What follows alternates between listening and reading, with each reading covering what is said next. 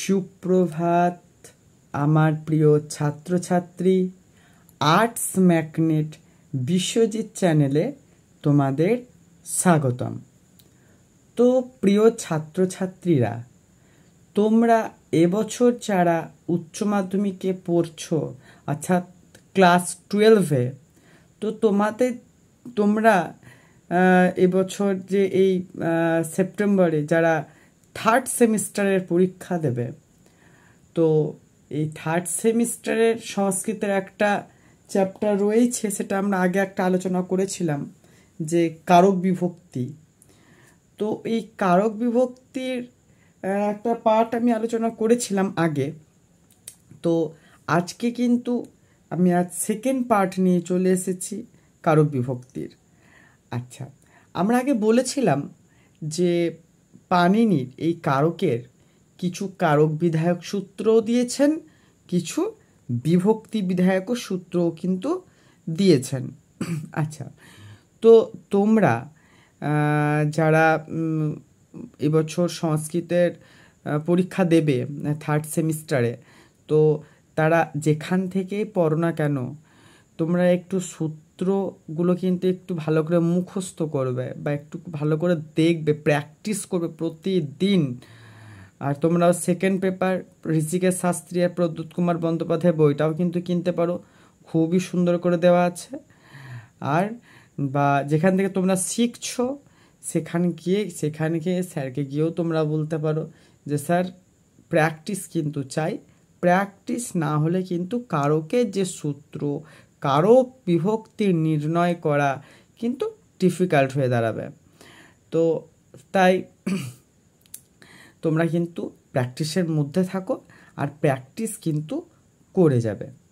আচ্ছা, তো আমি কিন্তু আগের দিন বলেছিলাম যে কর্তৃকারকের যেমন কর্মবিভক্তি হয় সেই রকমই, কর্তৃকারকের যেমন প্রথমে বিভক্তি হয় সেই রকমই কর্মকারকও কিন্তু দ্বিতীয় বিভক্তি হয়। আমরা বাংলায় কিন্তু দেখেছি যে কর্তাকে যদি কী দিয়ে প্রশ্ন করা হয় তাহলে কিন্তু আমরা পাই কর্তৃকারক। তো এই সংস্কৃতেও কিন্তু কর্তৃকারক নির্ণয় করতে গেলে অনেক সূত্র আছে, একটা সূত্র নয়, অনেক সূত্র আছে। সেখানে কিছু সূত্রও আছে, কিছু বার্তিকও আছে, আগে বললাম। তো এই সূত্র বার্তিক এগুলো কিন্তু তোমাদেরকে জানতে হবে। আচ্ছা, তো কর্তৃকারক এই কর্মকারকের যে তোমাদের প্রথম সূত্র রয়েছে যে কর্তুরিস্পিতম তমম কর্ম, এইটা কি? এই যে সূত্রটা, অর্থাৎ এই যে সূত্রটা জানার আছে, তো তার আগে ডেফিনেশন জানতে হবে তোমাদেরকে। কি? কর্তা যা সম্পন্ন করে বা কর্তার যা ঈপ্সিততম। এবার তোমরা যেটা বলবে স্যার ঈপ্সিততম কি? ঈপ্সিততম মানে হচ্ছে যেটা তার কাছে শ্রেয়, অর্থাৎ যেটা তাকে পেতে হবে, বা যে কর্তাকে সম্পাদন করতে গেলে, ক্রিয়াকে সম্পাদন করতে গেলে কর্তাকে কি করতে হবে, যেটাকে কিন্তু পেতে হবে, বেশি করে পেতে হবে, অর্থাৎ যেটা কর্তার ঈপ্সিততম বস্তু হয় সেইটাকে আমরা বলবো ঈপ্সিততম। যেমন ধরো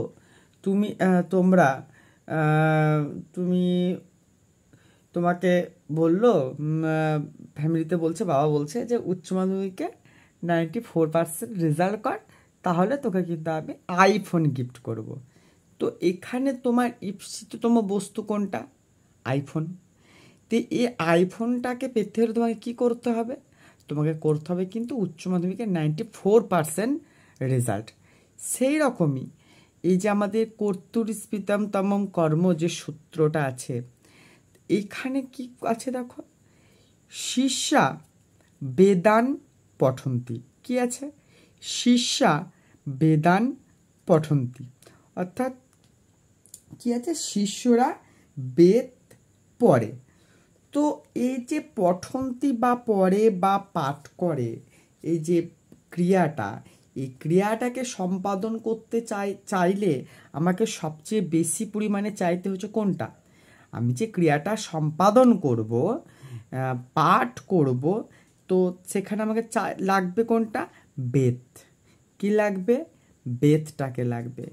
তো এই যে বেদটা আমার যেটা সবচেয়ে বেশি পরিমাণে চাইছে, তো সেইটাকে আমরা বলবো কর্তুরিস্পিতম তমম কর্ম। তো এটা আমরা কিভাবে লিখতে পারি যে কর্তুরিস্পিতম তমম কর্ম নিয়মানুসারে বেদান পদে কর্মকারকের দ্বিতীয় বিভক্তি, এরকম করে কিন্তু আমরা লিখতে পারি। আচ্ছা, এবার তোমরা বলতে পারো যে স্যার এখানে অন্য একটা কোনো উদাহরণ দেন। যেমন ধরো কোনো একটা ক্রিয়া সম্পাদন করছে যে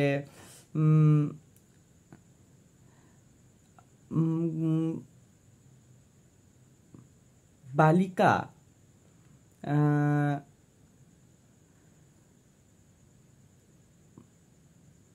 বালিকা বস্ত্রং, না ধরো তোমরা করতে পারো যে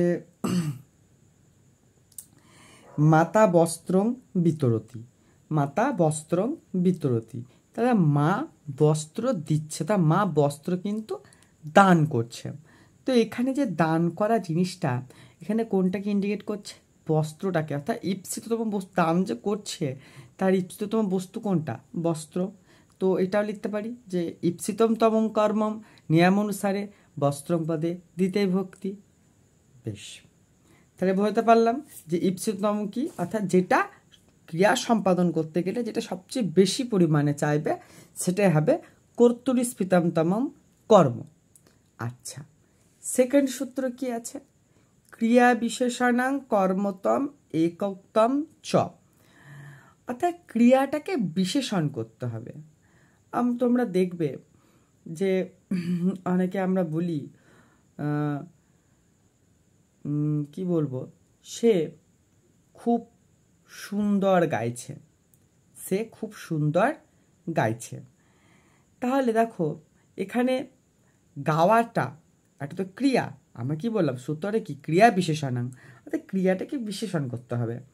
তো আমাদের জিনিসটা কি হচ্ছে যে সে খুব সুন্দর গাইছে, তো গাইছেটা কি? গাইছেটা হচ্ছে ক্রিয়া, তাকে বিশেষণ করছে কোন শব্দটা? সুন্দর। কি? কোন শব্দটা? সুন্দর শব্দটা। তাহলে ক্রিয়াকে যে শব্দটা বিশেষণ করবে সেটাকে আমরা বলবো ক্রিয়া বিশেষণ। আবার বলতে পারি যে ছেলেটা ছুটন্ত বাসে চেপে পড়লো। দেখো বাসটা কেমন ছিল? বাসটা কিন্তু ছুটন্ত ছিল, ছুটছে, বাসটা ক্রিয়া সম্পাদন কি? ছোটা। তা কেমন, মানে একদম ছুটন্ত বাস, বাসটি কীরকম? ছুটন্ত, অর্থাৎ যেটাকে বিশেষণ করবো আমরা। তো সেই রকমই দেখো বালক দ্রুতং গচ্ছতি, কি? বালক দ্রুতং গচ্ছতি, তাহলে বালকটা যাচ্ছে, বালকটা কি করছে? বালকটা কিন্তু যাচ্ছে। কেমন করে যাচ্ছে? দ্রুত গতিতে।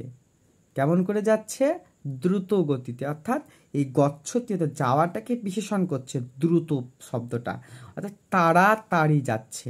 এই যে ক্রিয়াটাকে যে শব্দটাকে বিশেষণ করবে সেটাকে হবে ক্রিয়া বিশেষণ। তো এটা আমরা এমনি লিখতে পারি যে ক্রিয়া বিশেষণে দ্রুতং পদে দ্বিতীয় বিভক্তি। আবার লিখতে পারি কি ক্রিয়া বিশেষণাং কর্মতম একম অনুসারে দ্রুতং পদ দ্বিতীয় বিভক্তি, এরকম লিখতে পারি। আর একটা উদাহরণ কি হতে পারে? অশ্ব দ্রুতং ধাবতি, অশ্ব দ্রুতং ধাবতি, মানে ঘোড়াটি দ্রুত গতিতে ছুটে চলছে। তাহলে অশ্বটা অর্থাৎ ঘোড়াটা কেমন করে ধাবতি, অর্থাৎ দৌড়াচ্ছে গো, কেমন করে দৌড়াচ্ছে? দ্রুতং, অর্থাৎ তাড়াতাড়ি দৌড়াচ্ছে। এই যে ক্রিয়াটাকে আমরা বিশেষণ করছি, এই সূত্রটা হচ্ছে ক্রিয়া বিশেষণ। আচ্ছা, তোমরা যদি বুঝতে পেরে থাকো তাহলে আমাকে কমেন্টে জানাবে। আমি নেক্সট পার্টও কিন্তু নিয়ে আসবো। নেক্সট পার্টে আমরা তৃতীয় বিভক্তি আলোচনা করব। এবার ধরো সব কিছু তো আর পার্ট টু পাই আলোচনা আমি করতে পারি না, কারণ এখানে সমস্ত কিছু সম্ভব হচ্ছে না আমার পক্ষে। তো তোমরা আমি যেগুলো করাচ্ছি সেগুলোও করো, এক্সট্রা তোমরা বই থেকে বা কোনো কাছে কারো কাছ থেকেও তোমরা ভালো করে পড়াশোনাটা করো। আর কি করবে, তোমরা রেগুলার কিন্তু প্র্যাকটিস করবে। প্র্যাকটিস না করলে কিন্তু সমস্তটাই তোমরা কিন্তু ভুলে যাবে।